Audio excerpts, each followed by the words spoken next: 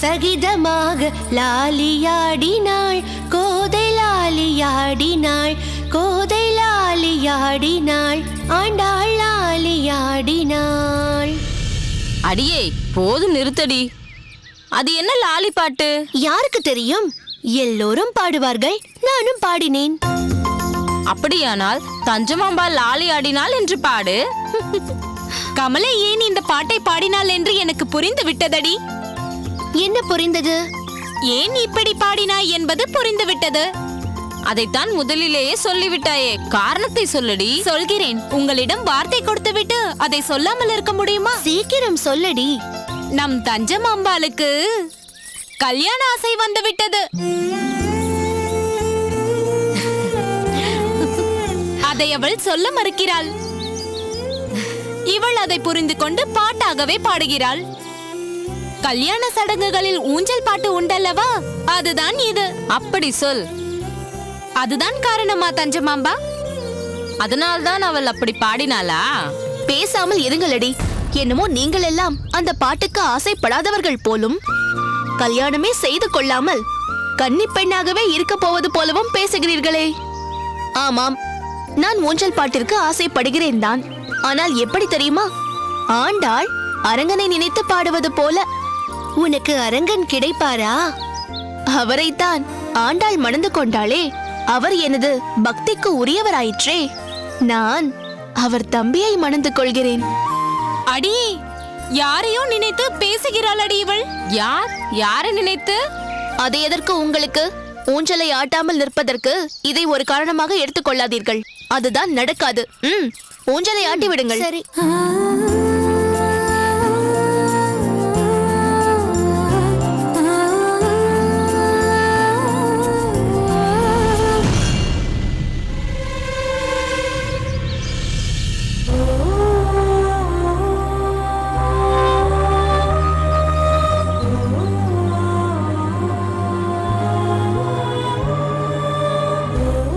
ஊஞ்சலை நிறுத்து. ஏன்? புனிதா வருகிறாள்.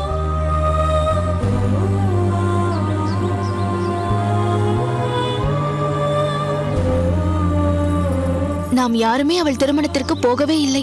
என்ன நினைத்தாளோ, என்ன கேட்க போகிறாளோ?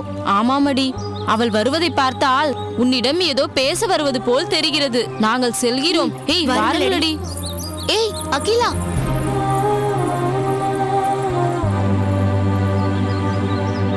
வா புனிதா. நானாக வந்தவுடன் வா புனிதா என்கிறாய். நம் தோழிகள் அதற்கும் மேலே என்னை பார்த்தவுடன் சென்று விட்டார்கள். தவறாக நினைக்காதே புனிதா. எங்களுக்கு விருப்பமில்லாத ஒரு திருமணத்தை உனக்கு செய்து வைத்தார்கள். அதனால் நீ வருந்துவாயே என்றுதான் நான் வேதனைப்பட்டேன். நீயோ அப்படியெல்லாம் ஒன்றுமில்லை, நான் சந்தோஷமாகத்தான் கல்யாணம் செய்து கொள்கிறேன் என்று காந்திமதி மாமியிடம் சொல்லி அனுப்பியிருந்தாய். இருந்தாலும் ஏனோ எனக்கு உன் கல்யாணத்திற்கு வர விருப்பமே இல்லை. அப்படியே வந்தாலும் அதை உன் அம்மா ஏற்க மாட்டார் என்றும் எனக்கு தெரியும். அதனால்தான் நம் தோழிகளையாவது சென்று வாருங்களடி என்றேன். அவர்களும் அதை தவிர்த்து விட்டார்கள். அதனால்தான் உன்னை கண்டதும் எப்படி உன் முகம் பார்த்து பேசுவது என்று தயங்கி சென்று விட்டார்கள். ஏதோ நீயாவது என் பொருட்டு இங்கேயே இருந்தாயே, அதுவே எனக்கு சந்தோஷம். என்ன பேசுகிறாய் புனிதா? நம் தோழிகள் அனைவரும் உன் மீது உயிரையே வைத்திருக்கிறார்கள். உன் வாழ்க்கை வீணாகிறதே என்ற ஆதங்கத்தில்தான் நாங்கள் உன் கல்யாணத்திற்கு வரவே இல்லை. மற்றபடி நீ என்றும் எங்கள் அன்பு தோழி புனிதாதான். நீங்கள் என் கல்யாணத்திற்கு வராததும் நல்லதுதான். அதற்கு பின் எங்கள் வீட்டிற்கு வராமல் இருந்ததும் சரிதான். ஏன் அப்படி சொல்கிறாய்? நான் காந்திமதி மாமியிடம் சொல்லி அனுப்பியதெல்லாம் பொய் தஞ்சமாம்பா. என்னை நினைத்து நீ வேதனையில் இருக்க வேண்டாமே என்பதற்காகத்தான் அப்படி சொல்லி அனுப்பினேன். ஆனால் உண்மையே வேறு. அப்படியா? சரி, இப்போதாவது உண்மையை சொல். நான் எதை சொல்வேன் தஞ்சமாம்பா? அழாதே புனிதா. உனக்கு ஆதரவாக நானும் எங்கள் குடும்பமும் இருக்கிறோம். என்ன பிரச்சனை வந்தாலும் அதற்கு ஒரு மாற்று வழி கண்டுபிடிப்போம். உன் வேதனைக்கு காரணம் என்னவென்று சொல். உன் கணவர் உன்னிடம் அன்பாக இல்லையா?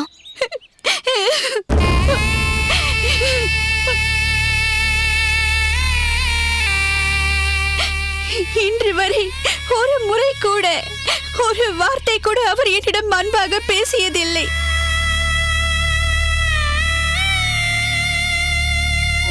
எப்பொழுது பார்த்தாலும் சிடுசிடுவென்றுதான் பேசுவார். வேலை வெட்டிக்கு போகாமல் ஊர் சுற்றி கொண்டிருக்கும் கூட்டம் ஒன்று இருக்கிறது. அவர்களோடு சேர்ந்து எங்காவது உட்கார்ந்து கொண்டு வெட்டி கதை பேசிக் கொண்டிருப்பார். அதை பற்றி அவரிடம் என் அப்பாவோ அம்மாவோ ஏதாவது ஒரு வார்த்தை கேட்டால் போதும், வீடே இரண்டாகிவிடும். அவர்களை ஒன்றும் செய்ய முடியாது அல்லவா? அதற்கும் சேர்த்து என்னை வார்த்தைகளாலேயே குத்தி கிழித்து சித்திரவதை செய்து விடுவார். தீய பழக்கம் ஏதாவது இருக்கிறதா? அப்படி எதுவும் இல்லை. பிறகு ஏன் இப்படி? எல்லோரையும் எடுத்தெறிந்து பேசும் குணம். அதனால் யாரையும் மதிப்பதில்லை. அதேபோல் யாரும் இவரை மதிப்பதில்லை. நான் என்ன சமைத்தாலும் அது சரியில்லை, இது சரியில்லை என்று குற்றம் சொல்லிக் கொண்டே இருப்பார். நீ அவரிடம் ஸ்ரத்தையாகத்தானே இருக்கிறாய்? என்ன தஞ்சமாம்பா இப்படி கேட்கிறாய்? நான் ஒவ்வொரு விஷயத்தையும் எப்படி பார்த்து பார்த்து செய்கிறேன் தெரியுமா? ஆனால் ஒரு கவளம் கூட முழுதாக சாப்பிடாமல் தட்டை தூக்கி எறிகிறார். ஆனால் அவன் வீட்டில் அப்படி, இவன் வீட்டில் இப்படி என்றெல்லாம் யார் யாரையோ ஒப்பிட்டு கோபப்படுகிறார். நம் வீட்டில் என்ன இருக்கிறதோ அதற்கேற்பத்தானே நான் செய்ய முடியும். இப்படிப்பட்ட கோபக்காரர் ஒருவரோடு வாழும் நிலை எனக்கு ஏற்பட்டு விட்டது. என் வாழ்க்கையே வீணாகி விட்டது. குடும்பமே இப்பொழுது அப்பாவின் வருமானத்தில் தான் நடக்கிறது. ஆனால் அப்பாவையே அவர் அவமதிக்கிறார். பிறர் வருவாயில் உண்டு மகிழ்கிறவர்களுக்கு எந்த பொறுப்புணர்ச்சியும் இருக்காது. சம்பாதனை உள்ளவன் சம்பாதித்து போட்டுக்கொண்டே இருக்க வேண்டும் என்று எதிர்பார்ப்பான். மனைவி என்பவள் அடிமை என்று நினைப்பான். தான் வேறு யாரிடமும் அதிகாரம் செலுத்த முடியாதல்லவா? அந்த அதிகாரத்தை எல்லாம் மனைவியிடம்தான் காட்டுவான். இத்தனைக்கும் காரணம் யார் தெரியுமா? யார்? உன் அம்மாதான். உடன் பிறந்த தம்பியை நாமே விட்டுவிட்டால் எப்படி என்று உன்னை அவருக்கு கல்யாணம் செய்து வைத்து விட்டார். அக்கா தம்பி என்ற உரிமையோடு அக்காள் மகளை திருமணம் செய்தவர் என்பதும் சேர்ந்து விட்டது. அதனால் மேலும் உன்னை அவமதிக்கிறார். அதற்காக நீ மனமுடிந்து போகாதே புனிதா. நீ எந்த அளவிற்கு பெருமாளிடம் பக்தி செலுத்துபவள் என்று எனக்கு தெரியும். அந்த பகவான் நிச்சயம் உன்னை கைவிட மாட்டார். நிச்சயம் ஒரு நாள் யார் மூலமாவது உன் வாழ்க்கையை மாற்றி அமைப்பார். அதுவரை பொறுமையாக இரு. ஒரு பெண் பொறுமையில் பூமியைப் போல் இருக்க வேண்டும் என்பார்கள். அந்த நிலையில்தான் இப்பொழுது நீ இருக்கிறாய். உன் பொறுமை நிச்சயம் உனக்கு பெருமையை தரும்.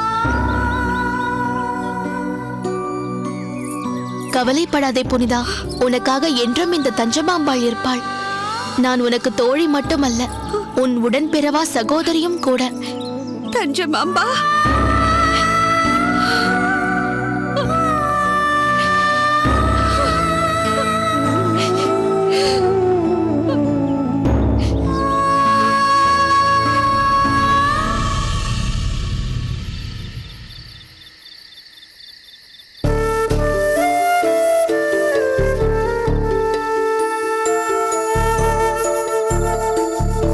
ராமானுஜா,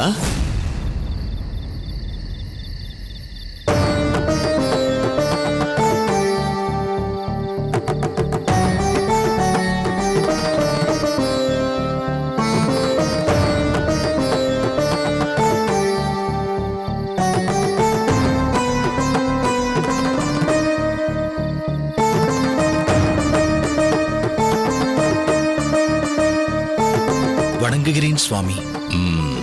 தாங்களா அடியேனை அழைத்தது? ஆம் ராமானுஜா, யாம் தான் உன்னை அழைத்தோம். அடியேனின் பெயர் தங்களுக்கு எப்படி தெரியும்? உன்னை தெரியாதவர்கள் இப்போது மிகவும் குறைவு. சில காலங்கள் கடந்தால் உன்னை தெரியாதவர்களே இவ்வுலகில் இருக்க முடியாது.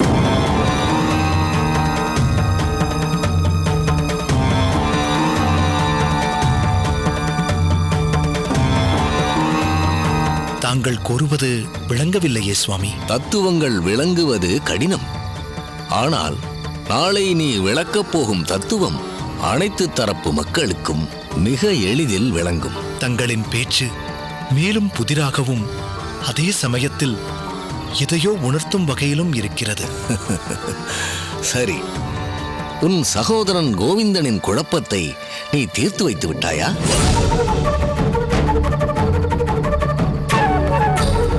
பதில் கூறு ராமானுஜா. கோவிந்தனுக்கு ஏற்பட்ட குழப்பம் தங்களுக்கு எப்படி தெரியும்? கோவிந்தனுக்கு குழப்பத்தை ஏற்படுத்தியவனே நான் தானே.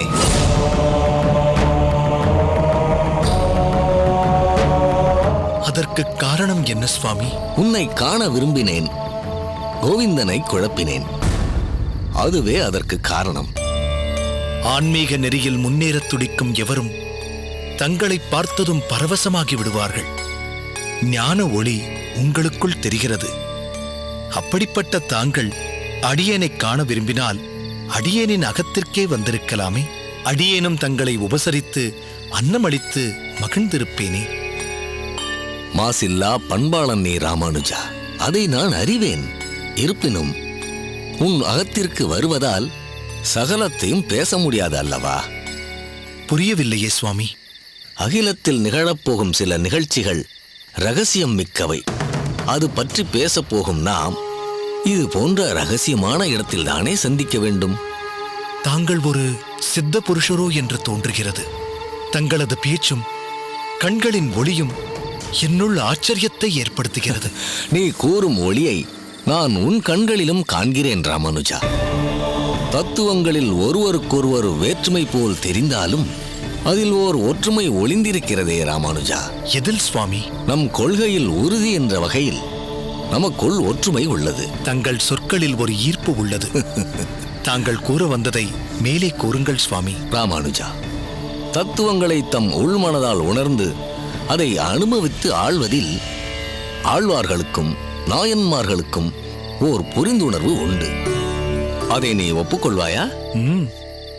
தத்துவத்திற்கும் அதை அடைய நினைக்கும் உன்னத பக்தர்களுக்கும் இடையே உள்ளது ஒன்றே ஒன்றுதான். என்ன அது? அன்பு. நன்கு சொன்னாய் ராமானுஜா. நெறி கொண்ட அடியார்கள் வெவ்வேறு தத்துவங்களின் பால் ஈர்க்கப்பட்டு வாழ்ந்திருந்தாலும் நடந்த சம்பவங்களின் அடிப்படையில் ஆழ்வார்களுக்கும் நாயன்மார்களுக்கும் ஓர் நெருங்கிய ஒற்றுமையும் தொடர்பும் இருப்பதை யாரும் மறுக்க முடியாது. உதாரணத்திற்கு, ஆழ்வார்களில் திருப்பாணாழ்வாரையும் நாயன்மார்களில் நந்தனாரையும் சொல்லலாம். பிறப்பின் காரணத்தால் திருப்பாணாழ்வாருக்கும் நந்தனாருக்கும் கோயிலுக்குள் பிரவேசிக்க இச்சமூகம் அனுமதிக்கவில்லையே. ஆனால் திருப்பாணாழ்வாருக்கு ஏற்பட்ட காயத்தை தான் ஏற்று தன் திருவுடலிலிருந்து திருவரங்கன் இரத்தத்தை சொரிந்து திருப்பாணாழ்வாருக்கு மாற்றினாரே.